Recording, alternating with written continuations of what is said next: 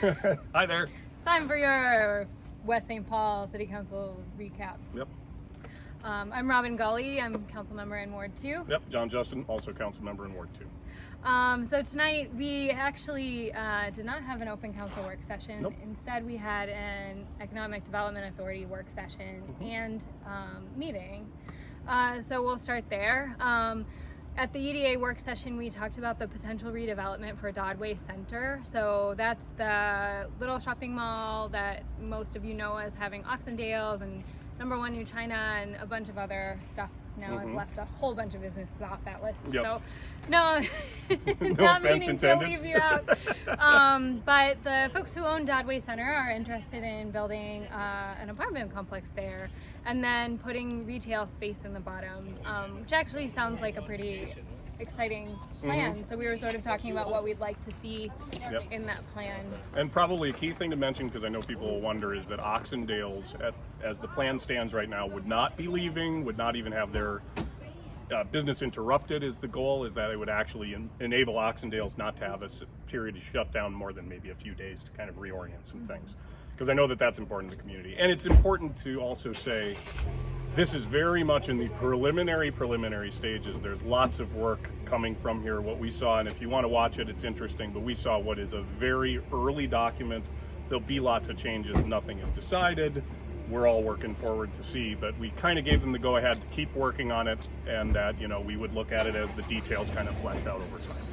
One thing that folks might want to know if they're thinking about this and they want to dig into it more is that this will create an opportunity to sort of fix that intersection, which is really problematic and dangerous right now. So it'll bring the park into, so that little tiny park, the little triangle, it'll bring it into this property and then turn it into a public open space. Yeah, kind of a larger plaza sort of effect right up there, right on the street, which is a nice thing to see. You know, and a good green space, could use a green space, things like that. I already think we're going to exceed our 6 minutes from Probably. last time. Okay. So citizen comments. We had visitors from the National Association of Hispanic Realtors who reminded us that West St. Paul has the third largest Latino population here in Minnesota and that we're growing. Yep. And offered any help or assistance that we might want. Which was great. It was really an introduction attempt so that we have those resources, and I'm sure all the staff has gotten all the contact points, and that's a great thing to have as an option. We had a lot of community members, well, a few this time, but over the last couple of weeks we've had quite a lot of community members who have come out to express their feelings about our infrastructure updates. We just want to say thank you to everyone who's taken the time and put the effort into coming out. We don't always agree on everything, and it's tricky to make it work for everyone, but there's a ton of passion in our city. Yeah, and it's crucial. We need that input. It's one of the most important things about doing what we do is we need to hear from people. Yeah. Absolutely. Yep. We had a number of folks who talked about events.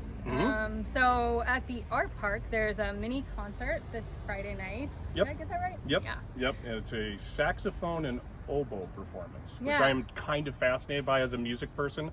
Not sure I've ever seen several pieces for saxophone and oboe, so that could be really cool. So you should go and check this out. Where is the art park? The art park is on Oakdale and Butler. It's a little park on the northwest corner of Oakdale and Butler. Can't miss it. It's got that pole with the cool mosaic on it. And apparently they're also going to install a little free library there pretty soon. Yeah. So that's pretty cool. And then September 11th, they're doing a mini Granny Donuts event.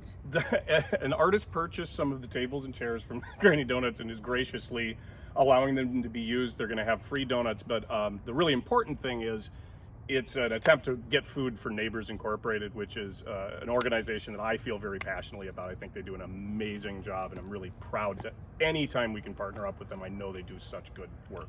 So September 11th, go out to the art park, bring your food donations, and get free donuts. Nostalgically wax about you sitting in Granny's once again.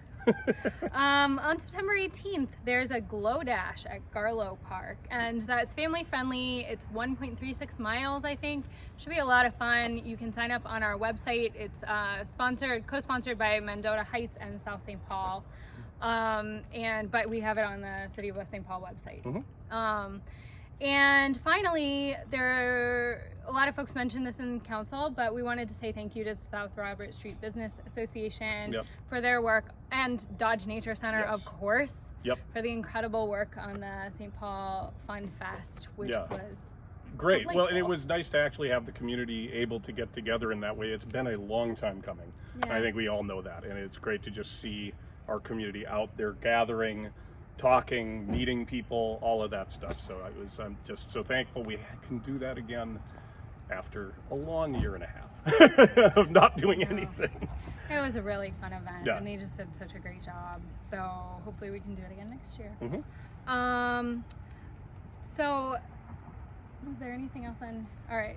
So there were a couple more things on the council agenda. We reviewed a conditional use permit for a new dental office on 1740 Robert Street. Yep. Which Where the T-Mobile was, is Yeah. my And understanding. and And Regis, yes. Julie Eastman, our Yes, Julie is esteemed doing our videographer. fact checking Panera, and Panera correcting. building, Panera restaurant. Oh yeah, the Panera restaurant building. Oh right, because Panera's moving. Yeah. Yeah, Go on. it's still there. Panera's still there. Panera's still there. That's and the they're building. doing Yeah. Dental clinic. Dental we'll be seeing clinic. Again, we'll be seeing more of that. The conditional use permit, because not everybody's going to know what this, they call them CUPs, is really the first step to determining that something that isn't normally in a zone like that we want to look at it. From here, this will of course go to Planning Commission, and it'll be vetted by Planning Commission. We'll get interior design things, exterior, all of that stuff. So, but the first step is always to get it past, are we going to even look at this? Does this make sense? And it made sense. I think we all agreed that it was a good choice. Yeah, we all felt like it was a good plan. Mm-hmm. We had another conditional use permit come in front of us, but there were some details about this one that we weren't so sure about. So that was for 2 medical offices, and we ended up sending it back to staff to try to work out some of Yeah, the... there are some concerns from our legal side about various things, and there are some concerns about certain safety things, code things with the building. So we have to have all that nailed down before we can even really look at the conditional use permit. And that's the purpose of the conditional use permit, is to say, well, wait a minute, does this work? Do these 2 uses work? Do they work here? What are the problems? And so conditional use permits, you see one that goes in the positive, one that goes in the temporarily not moving forward section. It's possible it could come back, things could be fixed, it could go through, or it's possible that it will be denied, and then, it'll be something else that moves into the building. There was one last thing that we got to see tonight in the EDA meeting, which was an exterior grant application from the chiropractic clinic on Yep. Robert Street, just north of Butler. Yep. West St. Paul Chiropractic. Yes, I think so, yeah. Right by my house. I go by it every day.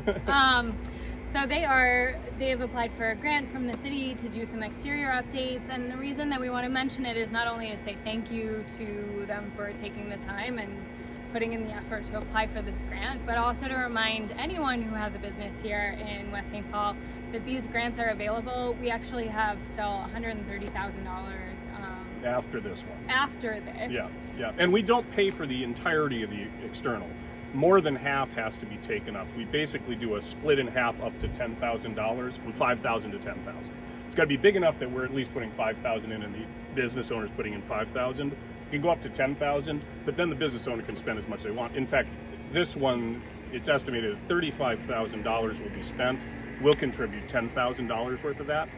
So the short version is, if we max out and get every grant dollar spent, we need 13 more businesses to do this. So please do not hesitate. We want to spend this money. I've said it before, because sitting in the bank is not helping our community. And doing these things and helping businesses continue to improve is really helping our community at all times. So please, please, please think about it. If you have a business and you think you've got a project that you want to do, we want to help and we want to encourage it. So That's all we've got for I tonight. think that's it. All right. Thanks everyone. Thank you, Julie. Thank you, Julie. Councilmember Eastman. Thanks, everybody. Bye. Bye.